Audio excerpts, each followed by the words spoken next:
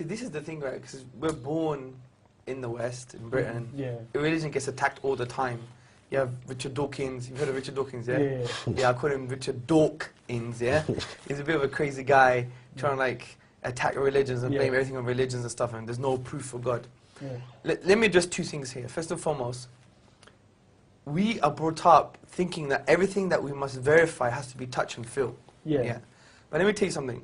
If God could be touched and felt and seen, would that be God? No, no, you mean. Would that be It God? wouldn't really be a test of belief, would it? Because you would know. It's not even just a belief, because God actually says there's good reasons to believe in Him. For example, look, do you believe you had a great, great, great, great, great, great, great, great, great grandma? No. Do you believe you had Yeah, but I mean, there's obviously, I know that because obviously I'm here now.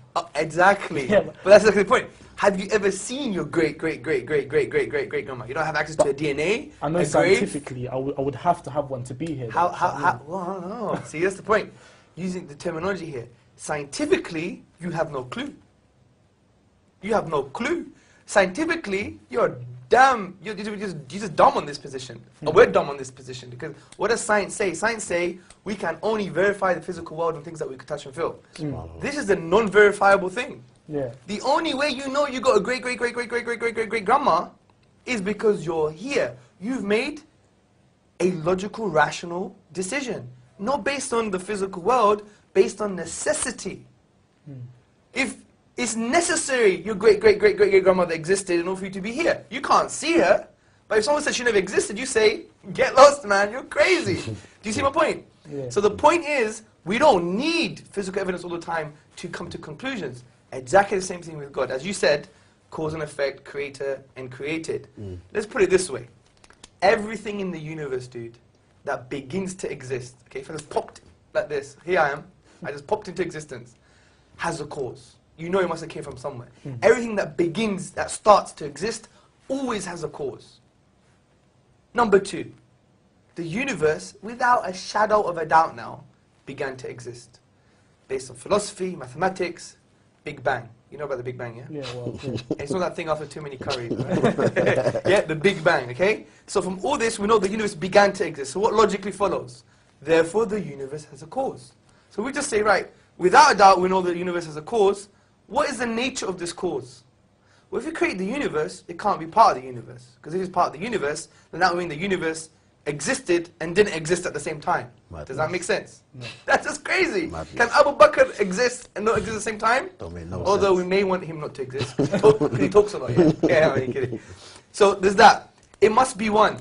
Because they're knocking on the door, we don't assume there's Manchester United football team behind the door, right? We say it's one person, isn't it? Yeah? It's the most logical explanation.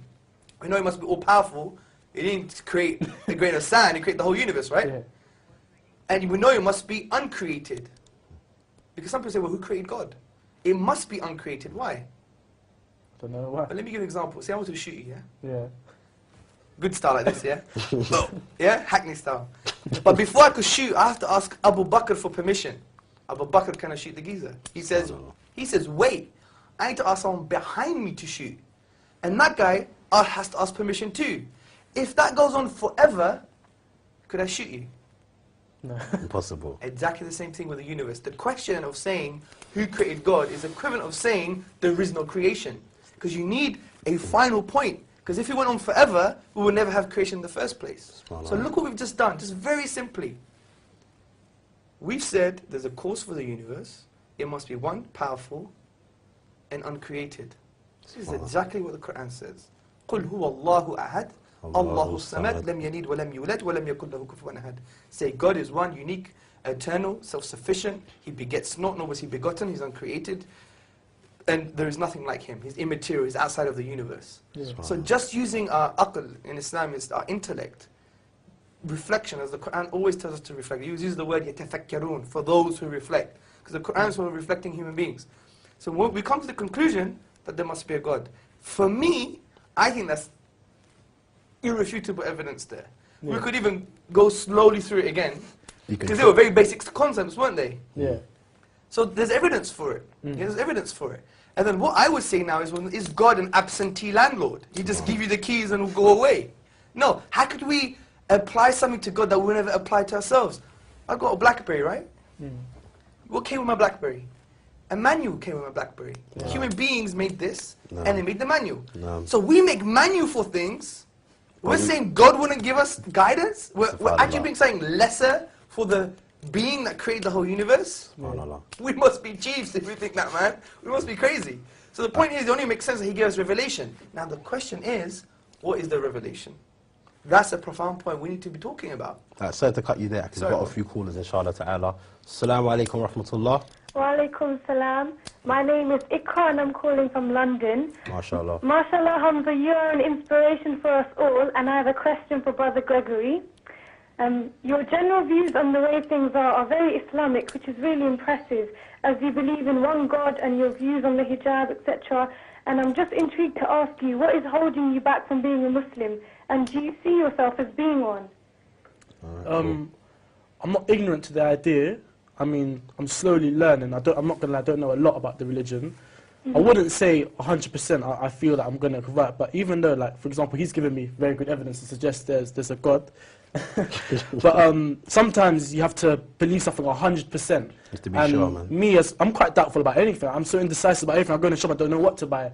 So for me, maybe more than the average person, it might take a bit longer to be 100% sure of what path I want to take. I mean, I understand that obviously you shouldn't really take long. Death is promised to every man at the end of the day. Do you know what I mean? So obviously I want to try and find the right path as quick as possible. I mean, that's what I'm trying to do. I'm young, I'm just trying to learn and, you know, hopefully find the right path, really.